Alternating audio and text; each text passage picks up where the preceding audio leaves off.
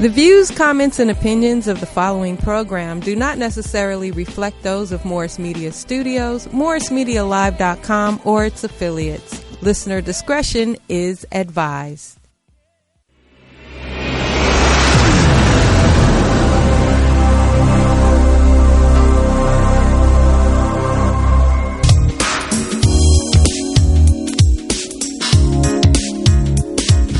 Hot, bold, sweet, smooth, and always flavorful. Welcome to my morning coffee. 3 generations of successful women, brewed with black girl magic and French press with class, sass, and style. Gia, Tonya, and Syreeta are my morning coffee.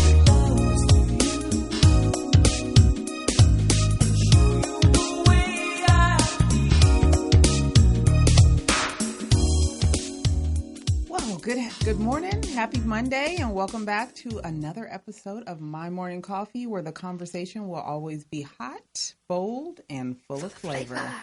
So let's go ahead and jump right into it and see what everybody's been up to, what is in your cup this morning, and what's going on with you, Miss Gia. Good morning, everyone. I've missed you guys. I hope you've missed us. What's in my cup? I just had some coffee this morning because I need a little pick-me-up. I've been, tired lately. What have I been doing? It's been a minute since we've been together up here on this. We had a little beer event. Yeah, we had a beer event. Let me see. I haven't really been doing anything community-wise like normally. I did a few family things since the last time we were up here. I went to a 50th birthday party for our fraternity brother, Sydney. Hey. He had a party. Shout out to Sydney Jackson, the Phi Beta Sigma chapter. Happy So belated. celebrated his birthday with him and his family and, our frat and, sorors. That was fun. And then what else did I do since we've been here last? Did that, and of course we had. See, it goes to show you I haven't done much.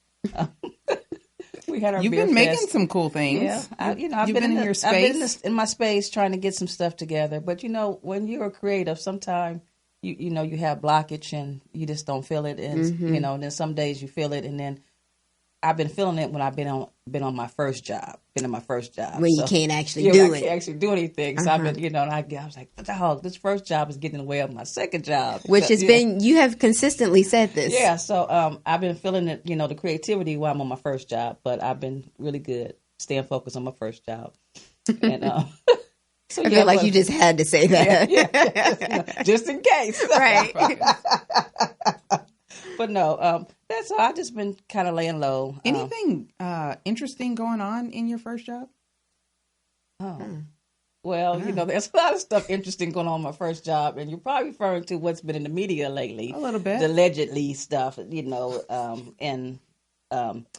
so. Remind the people where you work and what's going on in the media in comparison to what you can share with us. Okay, well, people. Well, this is for the people.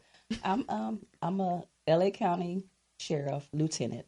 I've been working for the L.A. County Sheriff's Department for 29 years. So that's what I do, and I fight crime by day and create by night. But so there's been some stuff in the media about what's been going on with the Sheriff's Department with in relations to the Kobe Bryant helicopter crash, and so a lot of stuff's been coming out, and allegedly that members of the department leaked some pictures from the crime scene and things like that.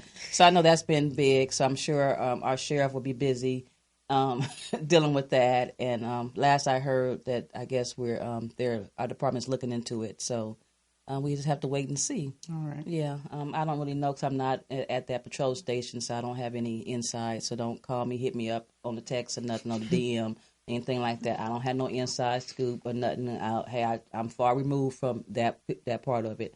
But yeah. How are those things usually handled, even if it wasn't a celebrity? Like, is there a level of human dignity that's supposed to be applied to these types of things, or is it free for all with the phones and the pictures? Well, no, it should be some dignity in whatever what we all do, and no one should be on any kind of scene taking pictures, especially if it's not in the capacity of their job. They have people that come out. We have crime scene people that come out and do that to photographers that, so they can recreate what the crime was and things like that. So know that people shouldn't do that. And if someone did that, shame on them, because you should respect the family. Even if it wasn't a celebrity, you should always respect the privacy of the victims and the victim's family and stuff. But then too, the media takes things and blows out of proportion. So we don't really know what happened. We will have to wait and see what comes of this, because you know how it always is. I might tell you something, by the time it gets around the corner, it's totally different than what I originally said. Or did. So, we just have to let it play out and see what happens. All right. So what's in your cup this morning? I have some coffee in this one cup, my coffee mug, my morning coffee mug. Isn't it so cute, y'all? Yeah, I got coffee in there. And then in my water bottle, because we also have water bottles that you can purchase, I have some water and some, I've been mixing my water with some apple cider vinegar. So, you're drinking that too? Well, yeah, I've been drinking. I'm trying to do my part. And especially now, this is March. So I told myself, I didn't tell you guys, but I've been talking to myself. So as crazy people do. Crazy people do.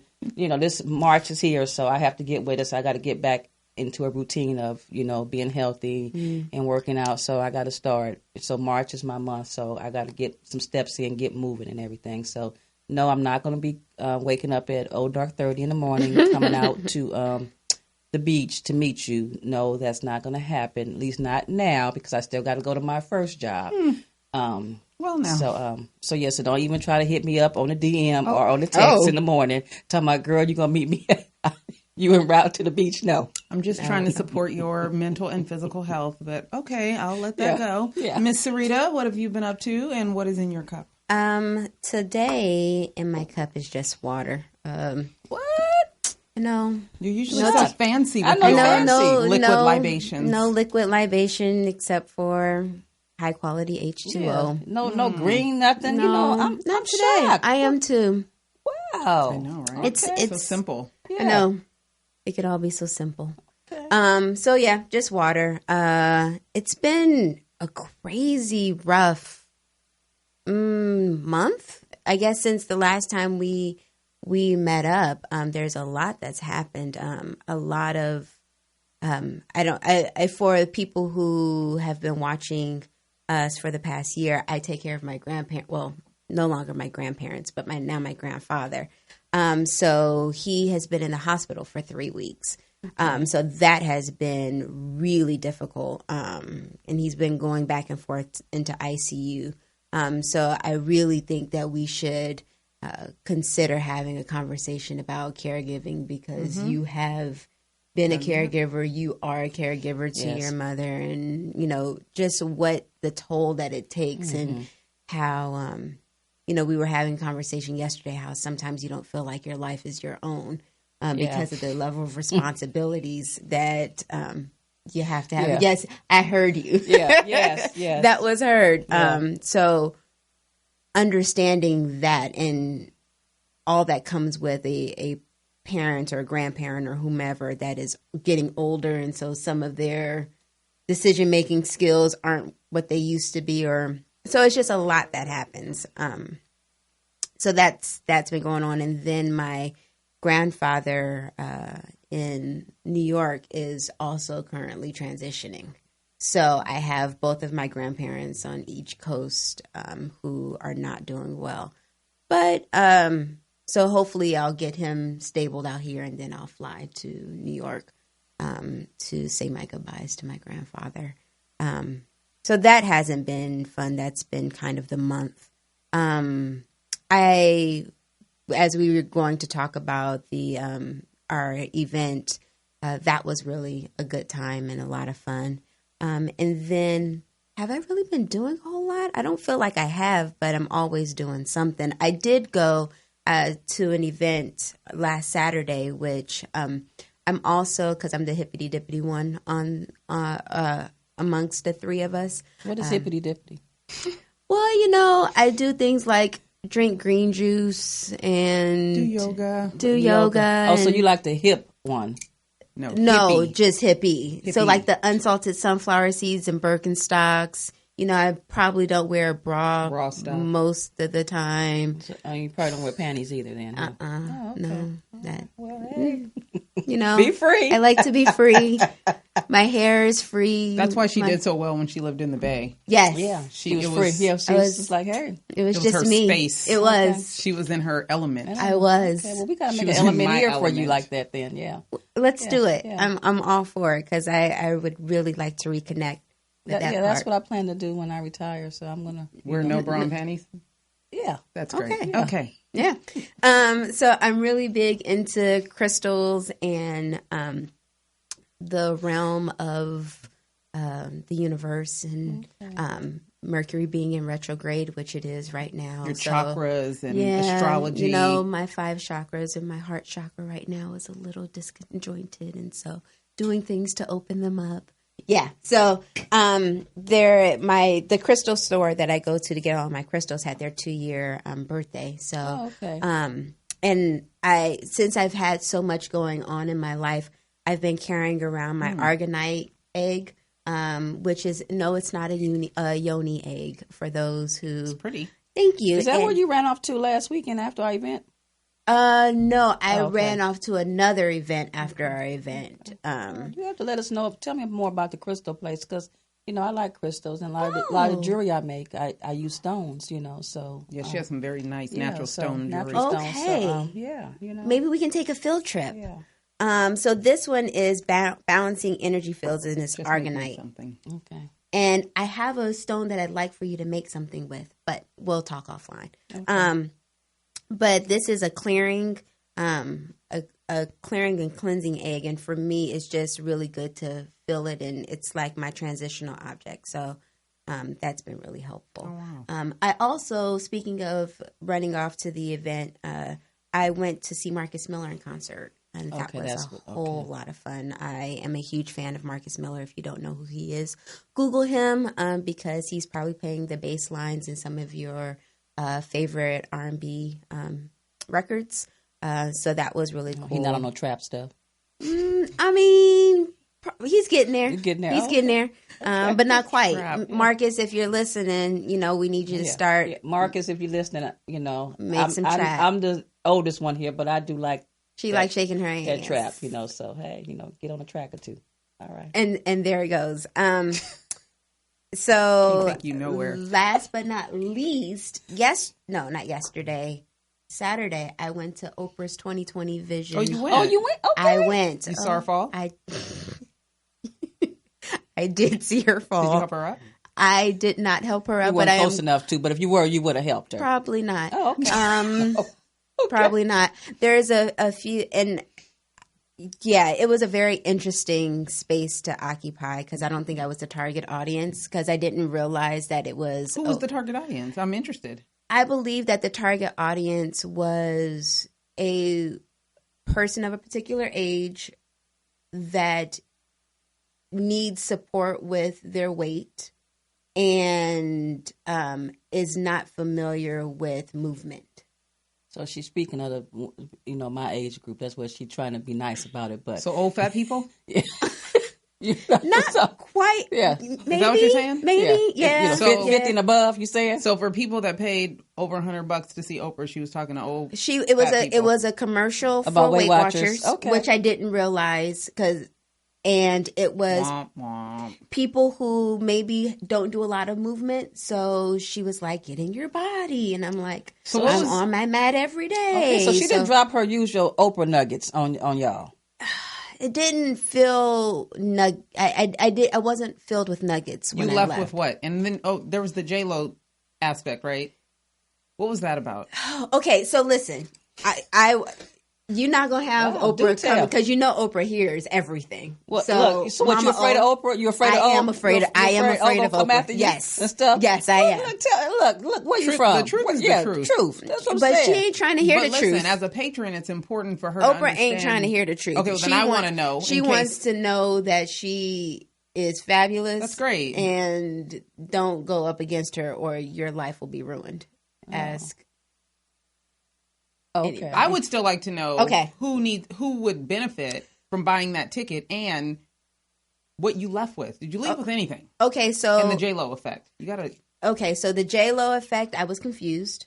However, I do understand that J-Lo has now tapped into a new market of what 50 could look like. So now that she's 50, so we could aspire to be J-Lo. Yes. If we do some of the things that J-Lo doing, too could be swinging around a pole. If we had J-Lo money and all that. You too can be swinging around a pole. For us that don't got J-Lo money and so J-Lo team, if you're not we fat just kind of or have fitness issues, you got nothing out of it. Yeah. Okay, great. Yeah. And if you wasn't a senior person either, because she talked old and about fat. old. Yeah. Oh, yeah. 50 plus and fat. Yeah, it feels like it was, but that's a huge market. Womp. But that's a huge market. That's fine, but say that. But why would you say that when you're trying to fill the form up and it holds? Yeah, because then you 14,000 have people that leave unsatisfied and you left without what you went for. Because you probably was there to get some Oprah nuggets. I'm sure when you bought your ticket, you were about You're Oprah an entrepreneur. Nuggets. You are always looking to be enlightened and educated and empowered. You didn't go there to and see about Weight Watchers, about moving. No, I don't blame you because I would have been a little bit mad too if that's what it was. Because I can see the commercial. I watched the commercial, so I don't need to come here and pay you all this money. Commercial. You know, for you to tell me something I already know. Yeah, How about that? And that's how I felt. I was like, oh, because I'm on my mat, 4 or 5 times a week. This wasn't for me. Yeah. It just wasn't for me. But for those who are not on their mat, right? Like me, right? If you are not moving. Okay, so I need to get a mat too. And you want to count points. But you don't consider yourself old. No, I don't consider myself old. And you listen to trap music. And I listen to trap music. And I have a mat or two. And I learned that Oprah does not care that she is not nice. Oh, wow. Good to know. Yeah, okay. It was a very enlightening. Like you learned a lot about her. I learned a lot about her. Not so much yourself. Yes. So was anybody else on stage with her? Was just her? Did she have somebody, moderate this thing? Or? She was the moderator. So she's. Oh, and by the way, for anyone that may be going to the Denver one, she also which I didn't realize, it's a 8-hour day. So it started at 9 and went from 9 to 5. Oh. What did you do in 8 hours? No, the Denver one's gonna be 8 hours. No. Oh, you guys' event was 8 hours? It was 8 hours. So she talked to y'all for 8 hours? All day. We got out at 4. Did y'all get a break? A bathroom break? We got a break. Because people 50 and old got to go to the bathroom a lot. Panera fed us. Okay. Which I was grateful. Okay. But she got there late because she was in traffic, and she was like, I knew that they weren't going to start without me, so I learned a lot about Oprah. So no workshops or nothing? I listened to Oprah first. No free stuff besides Panera lunch? I got a Weight Watchers voucher. A Weight Watchers voucher. Done. Okay. So no little pen that says... Oh, no, I got a pen that writes lovely. It's a a writing pen, but no pen to put on your denim jacket or anything like that? No kind of apparel, nothing like that? No, nothing? You needed to buy that. Oh, wow. Okay. She's selling shirts and hats and people that I know that went. You know, they were posting. And, it was 14,000 people there. Okay. There was a lot. Wow. Yeah. Bless your heart.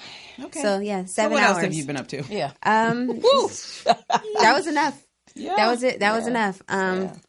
So that's all I got. Oh, okay. Coronavirus. I think we should probably talk about that because I don't want to talk about it. You don't want to talk about it? Well, what's going on with you, Miss McKenzie? Nothing. First, I want to say Happy Women's History Month. Yay! That's right. I got my shirt on, We'll be celebrating, hopefully y'all also will be celebrating the wonderful things that women have done for this country. Yes. Absolutely. Because we're amazing. And the things we continue to do for this country. We're amazing. Yeah.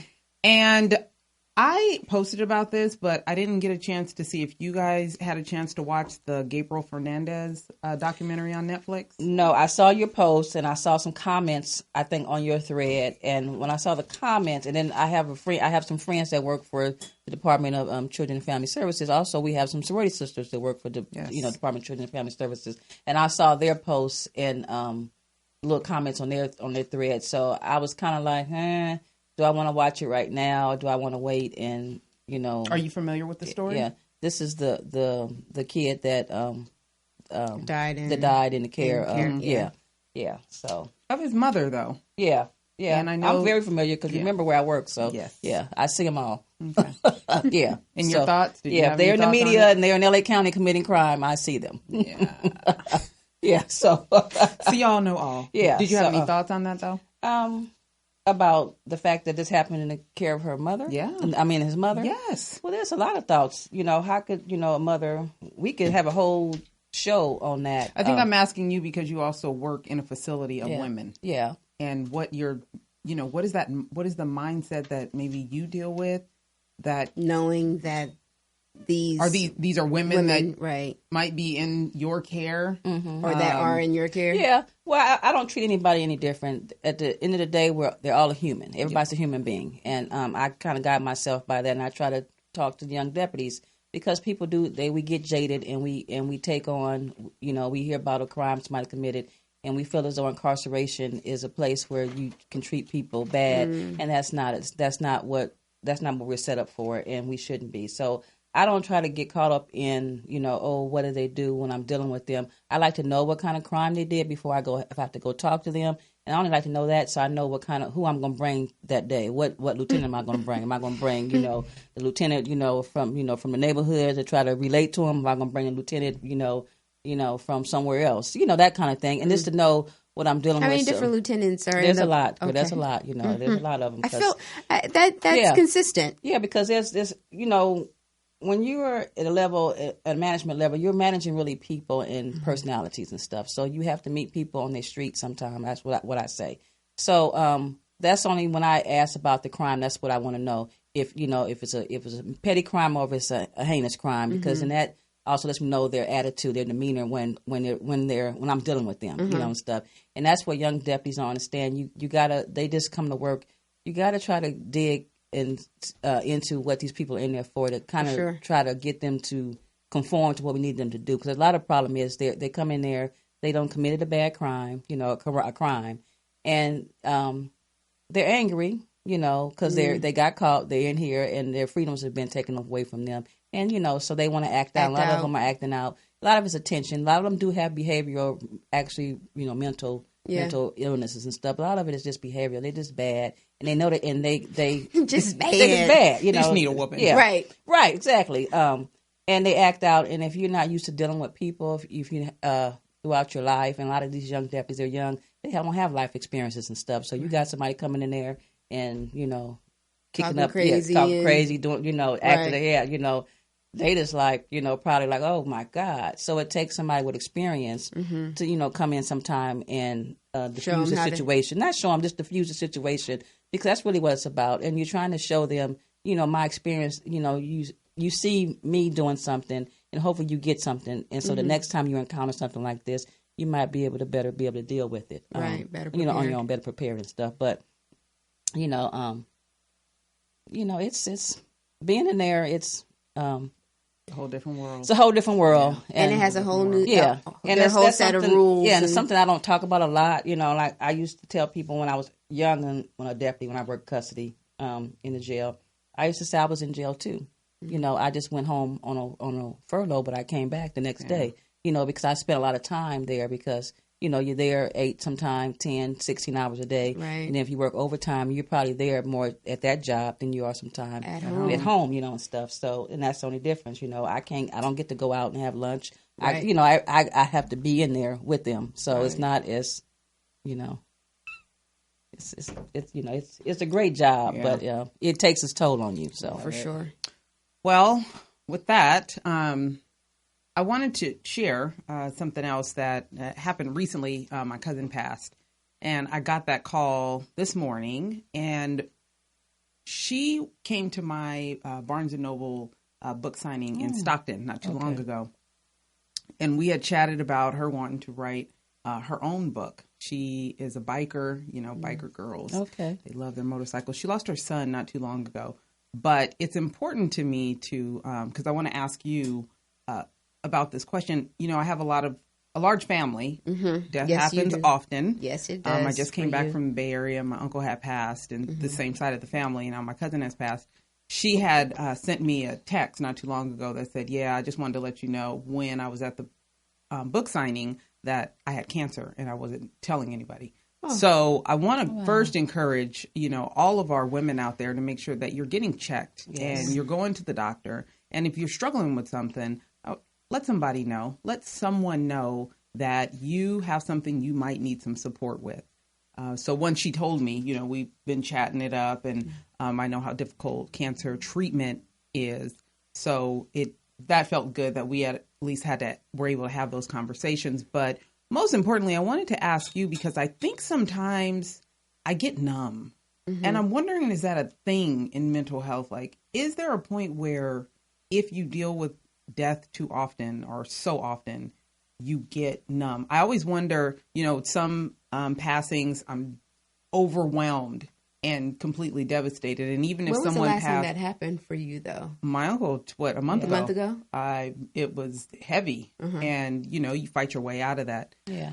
And it pulls you. You can feel it pulling at you, and if you've dealt with it a lot, you continue to pull yourself out. But sometimes someone can pass that I've been close to, and it just kind of just floats by. Mm-hmm. And I don't know what that is. It makes me afraid a little bit that I'm becoming numb to death. Mm-hmm. Is that a thing? Can people become numb to death and mourning? Permanently? I don't know. Are you worried about the permanently or just in this moment? I'm really asking for people that may feel this way, and not sure why there are some people that pass that they don't feel.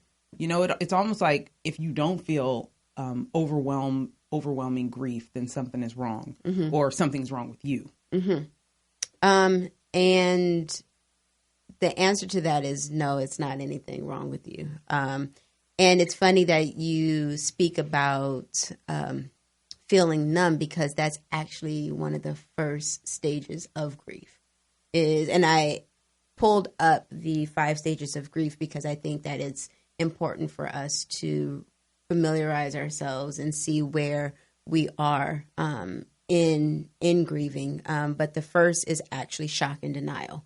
And it says you will probably react to learning the loss with numbed disbelief or just numbness. You may deny the reality of the loss at some level or in order to avoid the pain. Shock provides emotional protection from being overwhelmed all at once. So this may last for weeks. So that really speaks to exactly where you're suggesting you are and other people have been at the initial learning of a passing of a loved one. Mm-hmm. And I think that we also should understand that stages of grief is not linear. So it's not something that, okay, you're going to go through shock and denial, then you're going to go through pain and guilt, then you're going to go through anger and bargaining, and then you're going to go through depression, reflection, loneliness, and then the 5th one, once you get there, it's an upward turn, and then the reconstruction through working through. Like, that's not how it looks. It looks, the ebbs and flows. You may 1 minute be in the shock and the loss, and then at the very next turn in the feelings of loneliness and depression, or then you're like, oh, okay, I can get through this, and then something else happens and you find yourself back at stage 1. So really understanding that it isn't linear and that you're not crazy or becoming numb because it may be not socially acceptable. People are like, well, if you're like, I didn't cry at my grandmother's. Maybe that's what I guess. Maybe I don't know if that's what you meant by that, but I kind of know what you're saying. You're saying it numb, but you're saying, because most people, when you hear about death or something tragic, most people are a lot of people get emotional about it. Then you find yourself not really emotional about it. You just like, oh, that happened, and you kind of like going about doing your stuff. So you're thinking, shouldn't I be feeling some kind of way? So, and I go through that too, a lot of stuff. And I think I don't know if it's me years of, doing, my profession, seeing bad things. I kind of like, it's just like, oh, it's like it's just normal. It's like, okay, yeah. And sometimes I say, God, Gia, did you lose your emotional gene or something? Right. Where did it go? Where did it go? Because it's like, and then everybody, you look and everybody's like, and I'm like, so I get what you're saying. Because, even with my grandparents, my grandmother and my grandfather, I was devastated with my grandfather. Like I'm years later, I still find myself trying to pick myself up. But with my grandmother, it was very, okay, this is what needs to happen. Right. Okay. And then next. And sometimes I think about her and I'm fine. But if I think about my grandfather, I'm a hot mess for a cool minute. So, you know, I have cousins that I've been very close to. They pass. It's sad, but I still move forward with nothing. Right, exactly. And I don't, I'm almost like, I don't like when I'm not feeling anything. I should be. And that's, I think right now. Socially, we are told that if we're not shedding tears or if we're not broken down and not able to get out of bed, then we don't really care about that. Right. Yeah. And that's just not true, especially depending on, I mean, because there's a lot of different factors. What your relationship was like with this person, like with your grandfather, you guys had a bond that was really special. Even you and Lady had a really special bond as well. But it was a different bond. Looked different. Yeah, it looked different. And, you know, what did you say all the things that you needed to say? Right. You know, were you in a place of acceptance? Were they sick for a long time? So there's all these different factors that lead into the feelings. Yeah. And we're looking at it about an after. But if you've already said all the things you needed to say and have loved on them, well, then maybe you're not going to have the devastation. Or if you did love on them, And it's no one's business how you grieve. I was asking for me. Well, sometimes I need to do a self-check and make sure that I'm all right. Yeah. Well, we should. This is another topic. Forever. So, with all that being said, all you ladies out there, men too, but for my ladies out there, make sure you go get checked. Make sure you're okay. Don't be afraid of the results. Sometimes we don't get checked because we're scared of what the results will be. Find out what's going on, get checked, and stay healthy. And let someone know if you need some support.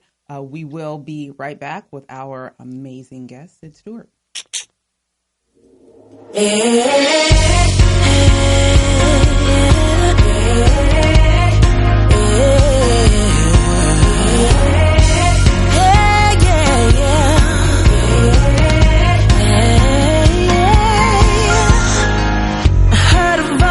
Told me I'm essential, how all my fears are limiting my potential. Said it's time to step into the light and use every bit of the power I have inside. And so what you waiting on? Who you waiting for? If you don't take a chance, you'll never know what's in store. Just do you. Somebody's got to be a star. Just do you. Somebody's got to raise the bar. Just do you. Somebody's got to change the game. Just do you.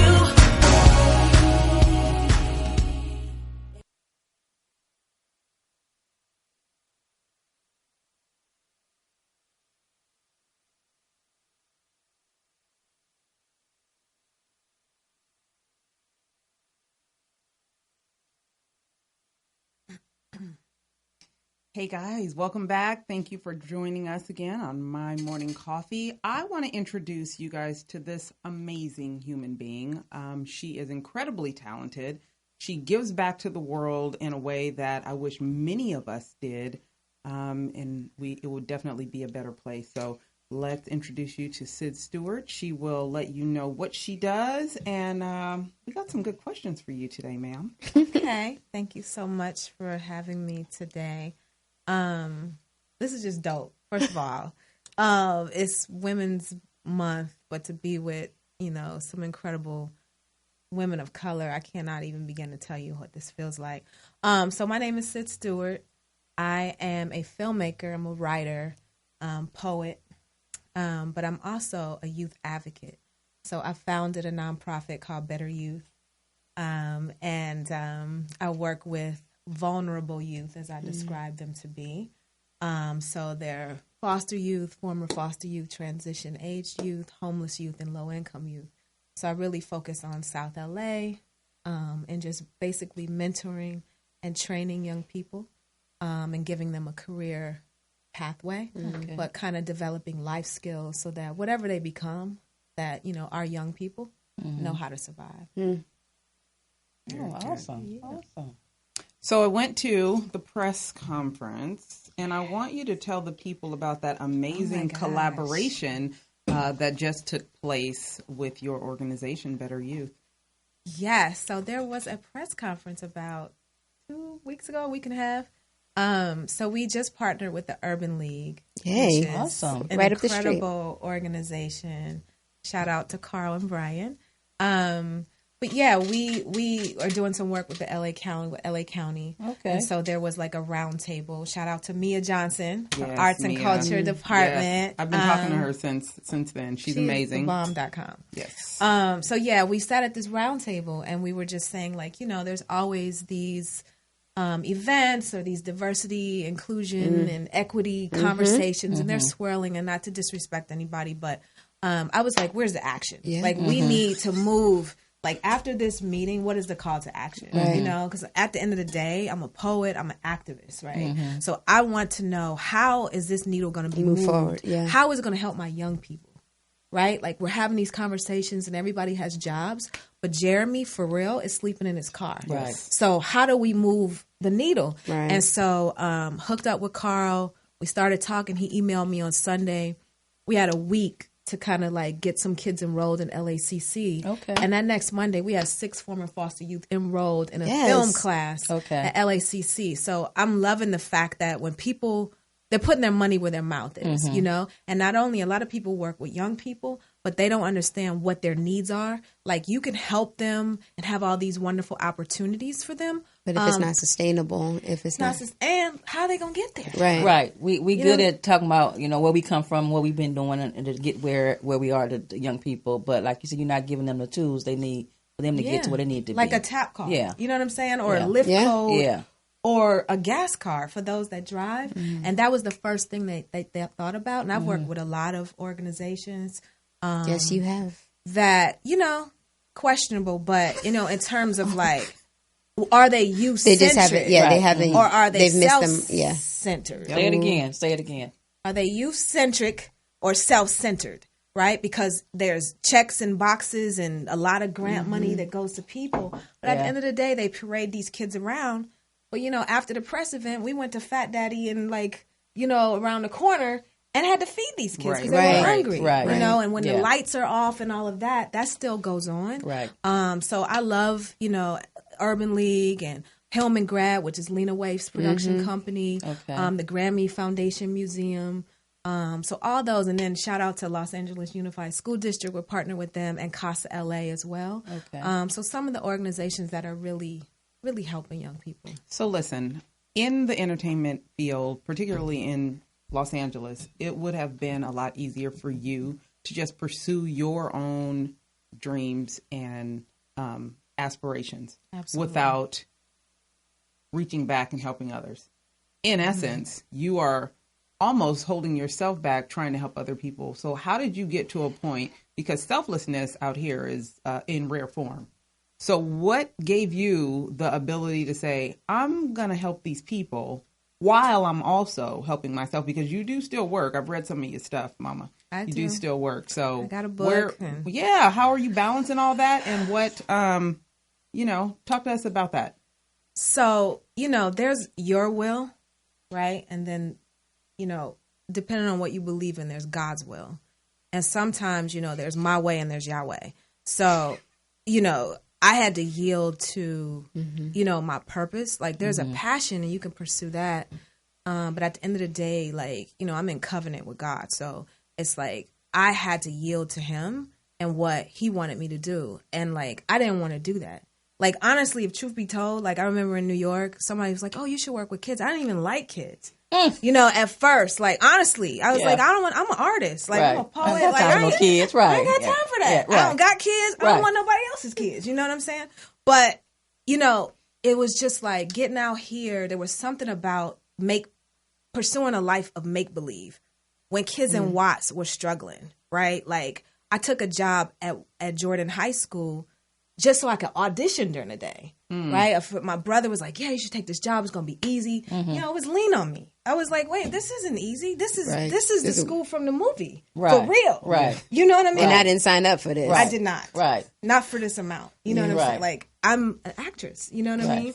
Like, this is not my craft. This is, and I came out here to do me. But when I got on that campus and I met Shakara and I met Brandon and I met Ruben and John A. and like all these kids that needed just a light, just somebody a little to bit. point them in the right direction, and somebody that cared. It's okay. Yes, like how can I not? That is me. Right. That's me. So you discovered a piece of yourself in helping others. Absolutely. And then I was a little jacked up. Like I lived in New York. I left Ohio, graduated from school. I was going to go be a doctor. And I was broken because my father passed away, so death is something that Change you your deal life. with. Yeah. And so I was science oriented. I got a degree in microbiology. And right out of college, I started writing poetry because it was cathartic. And it was the only thing that kept me alive, honestly. Like I moved to Atlanta. I stayed in a room for like a year with my uncle. And I just wrote poetry, and I realized, this is what's going to keep me alive. Like, this is my lifeline. And then I was like, you know what? I'm just going to move to New York. And like, I didn't have a job. I didn't have nothing. I had $300 and somebody just moved me up there. And I had contacted this lady. I had gone up there to visit one of my sorors. And I talked to I convinced her like, listen, I'm going to come back and I'm going to make it. And I don't have a job. But I will do that when I get here. Then I had forgot my checkbook. I was like, but I got $20 though. Can I put that down on this apartment? Wow. It's like, and she's like, her name was Ann Ballantyne. I'll never forget Right. her. She held the apartment for $20, girl. Go on, Ann. What's her name? To Miss Ann Ballantyne was the realtor, and Pia Wood, she was an attorney. All right, shout she was out a to sister. them. And, she saw herself in me. Yeah. So it's like when we separate, you from me and me from you, and we Right. see each other, Right. then I couldn't leave them behind to Right. go pursue something that was self-centered. Yeah. And they're still with me. They're listening now. Right. Like, Stewart gonna be on a podcast. I'm like, all well, post right. that. Yeah. Very good. So you said your sorors. You want to tell the people what's... Oh, okay. All right. Delta Sigma Theta. Yay. So, listen, we just had the Long Beach Step Show out here On Saturday. this past weekend. I didn't go, but I wanted to bring that up because there was a time when Black Greek life was popping. Yeah. And now it's not. Really? Not in California. Have you seen it? I have not. Right. I must say. We used to go to, someone did a list recently of all the step shows that used to happen in California. And it was almost like every weekend, every other weekend, at least Like once a definitely in the month. spring. We were road Yeah. tripping To Fresno, Chico, to Fresno, to Davis, to San Jose State, Yep. to San Diego State. That's true. Northridge, UCLA, USC, in Long Beach. and Long Beach. We had step shows almost every weekend out here, and it doesn't happen anymore. So I want to get your thoughts on what we can do, particularly because you deal with youth and now youth, and we're getting them into higher education. What can we do as a culture to reestablish the prominence and importance of Black Greek culture? I think it's history, right? I think a lot of our young people are just disconnected from history. I mean, even hip hop. It's like Tupac. They're like, who? I'm like, okay, let's start here. You know what I mean? Right. And then like bring it back. But I think connecting them to history, the importance of Greek letter organizations, why they came into being. When we talk about diversity, equity, inclusion, that's like a long motif in the history of African American people. And how we've had to formulate our own opportunities. We talk about Oscars so wide and why NAACP is important, but why are those? How did they even come to be? Right, because we were ostracized on these campuses, and we are people that create our own. Right. So why? It's a sisterhood. That's what it's about, sisterhood and brotherhood, and it doesn't matter about the letters. Right. Right? Because this is my sister. Right. We're in two Absolutely. different organizations, but collectively, right? We might have, you wear a head wrap, I wear braids, this just has natural hair, but at the same time, we're all still one. Right. And it's like these young people are just completely just disconnected from yesterday, but it's not like they're immune to learning. It's just our responsibility. Right. How are we passing? So we're lacking. And I also think that with diversity and inclusion, where they have been really beautiful things to support the integration of everyone, it has made us believe that things that we've had on our own aren't as valuable anymore. And I think that also we need to find a balance between diversity, inclusion, integration, and understanding the importance of that, as well as recognizing how valuable the things that we've done on our own have been as well. Absolutely. Absolutely. I totally agree. Thoughts, Miss Gia? Well, I'm just looking at some of the stuff in the background. You are amazing. Thank you. You have some gifts, and I want to talk to you about. I see that you performed with Dr. Maya Angelou and Cicely Tyson before. What was that like? Tell the people what that was like. Which version do y'all want? Y'all want the- We want the sister. We want the sister version. You know how this. Okay, so that's going to be a good story. Anytime something starts with okay. So what happened was, Yep. So Dr.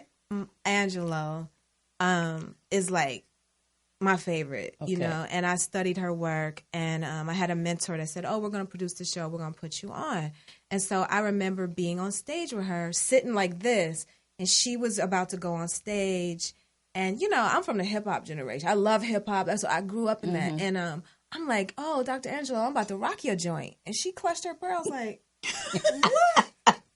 Rock what?" I was like, "Ooh." Oh. Like, and she just was like, ooh. You know, and she walked out on the stage and, you know, did her thing, and I was just crushed. Right. Crushed. Like, that sounds like man. an Oprah moment. Yeah.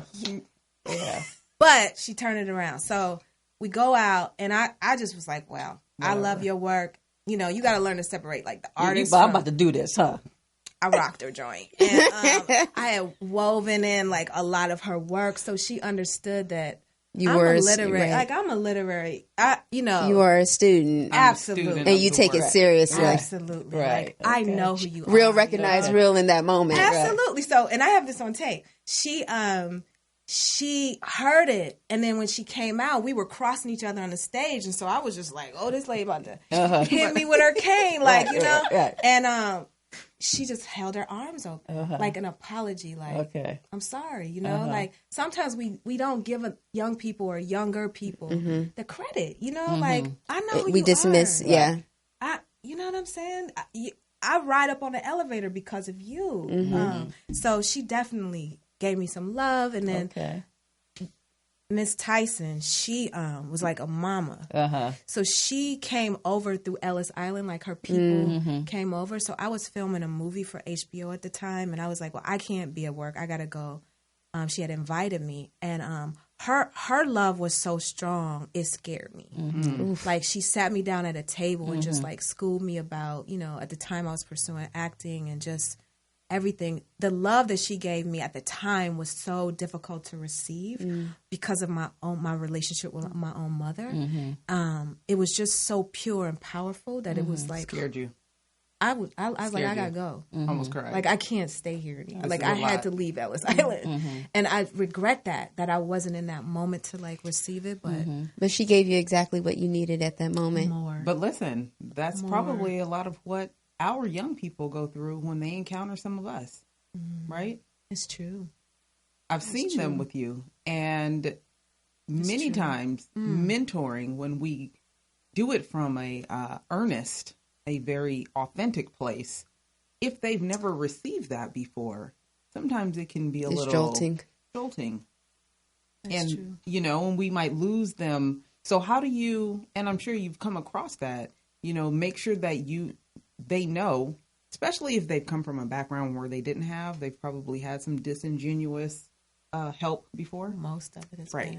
So how do we get across to them, especially with the work that you're doing, that this is coming from an earnest place, that, you know, I really do care, not just I'm providing this service. Because you're providing a service to be able to help them cross that bridge.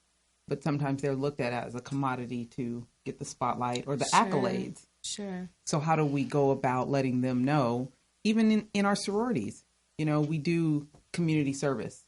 We're really here because we care. We're really here because I could be somewhere else. I'm really here because you are our future. What are the steps that you are taking to let them know in your organization that, you know, this is authentic. This is 100. That's a good question. I just thank you for that revelation of what happened to me. I think consistency is key. And, young people say keeping it real, keeping it 100. But I think, they read you, right? They'll read me before they read my book. So especially when there's been trauma, you learn really quickly how to differentiate the good from not. Quickly. They're very sharp, and they recognize. So I think it's important just to be your authentic self, like you said. Be consistent, and they'll test you. They'll definitely try you, because my kids are from Watts, and it's not. They're like, when I got there, they're like, this is Cosby kid, lady. like what? But I got hood in me too, so but I was validated. But I think at the end of the day, you have to wrap your arms around these young people and never let go. I don't care what it is. I will never let you go, because that's what love looks like. It's unconditional. I don't care what you do. I'm gonna be here. I'm gonna never let you go. And I think when they realize that, and they're struggling and they're tussling and they're doing all the things, that love, that's a bond that it goes beyond providing a service, right? Because I'm providing something from my heart, from my soul. It has nothing to do with Better Youth. Some kids I kicked out of Better Youth, but they still are texting me or DMing me, Miss Stewart, can you pray for me? Because I just went to my mom's funeral. This chick, she lives in Las Vegas. It's just they know love. I know we've been talking about your mentoring with the kids and stuff, but real quick, because we're running out of time, I want you to talk about. I see you coming up. You're shooting a short film, in March. Ooh. Can you talk about real quick a little bit about that, because I think that's a topic that that's been in the media a lot, and in your book, and that's happening today. So can you share? So my short film is called Butterfly Queen. It's based on a relationship I have with my brother from another mother who is transitioning from male to female. And it just talks about, it's just two of my young people are playing it, but it's just, again, it's based on love, and we're diametrically opposed in our beliefs. But at the end of the day, it's love that keeps us together. It's love that's acceptance. And so I'm really excited about it. You should be, because that's something that we need to talk about more, especially in our community. It's happening more. It's been happening, but it just has been in the dark. But now, it's out in the light and stuff. So, and it's love. We're past judgment, past anything. We all need acceptance and to belong. And so shout out to my brother for his courage. Very good. Tell us about your book. My book is called Babylon Graffiti. Hey. It's on my website, SydStewart.com. And it just, a lot of stuff of just being a purveyor and surveyor of the world and people, and just, the power of words. And then just the world we live in, all the rhetoric, it could be graffiti to a certain degree. But I love poetry and want to shoot this short film. I'm working on a feature film. Talking to a major streaming platform right now about it's a sci-fi. Okay. So I know a lot of things, they don't expect from us. So you have to constantly reshape the narrative. I love that. So let the people know where they can get in touch with you, if they want to help, if they want to follow you and be your new biggest fan. Yes. So betteryouth.org is the organizational website, and I'm on Instagram at Syd Stewart, so SYDSTEWORD on Instagram, Twitter, and Facebook. So yes, we're looking for mentors to help usher these young people into the next millennia. I love that. So what's going on with you, Miss Syreeta? You want to let the people know where they can find you? You can find me on Instagram at Syreeta BMFT. And nothing really up next. I'm just doing the caretaker thing, going back and forth, and continuing to see clients, which I may actually take a break from, because it's heavy. It's starting to wear on me a little bit. I also think I'm going to take a silent meditation retreat in the next month or so. Not bad. Just need some silence. Miss Gia?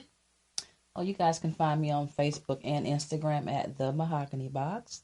And I want to take a moment right now, since this March is Women's Month, just to shout out to the sisters out there sisters, let's empower each other, okay, and support each other in whatever we're doing. All right. You can always find me at PR Biz Mom on Facebook, Instagram, and Twitter. I've been having some pretty cool, entertaining, and hilarious back and forth regarding the election. So, if you need want to mix it up a little bit, make sure you follow me. Also, with Beepers, Black Public Relations Society of Los Angeles, we have some pretty dope events coming up. So make sure you follow that page, follow me on Facebook, Instagram, or Twitter, and I will definitely keep you posted. We want to make sure that you know that you can always find our amazing products on shopthemahoganybox.com. And, subscribe, follow us on My Morning Coffee Podcast. And until next time, we'll see you soon. Take care.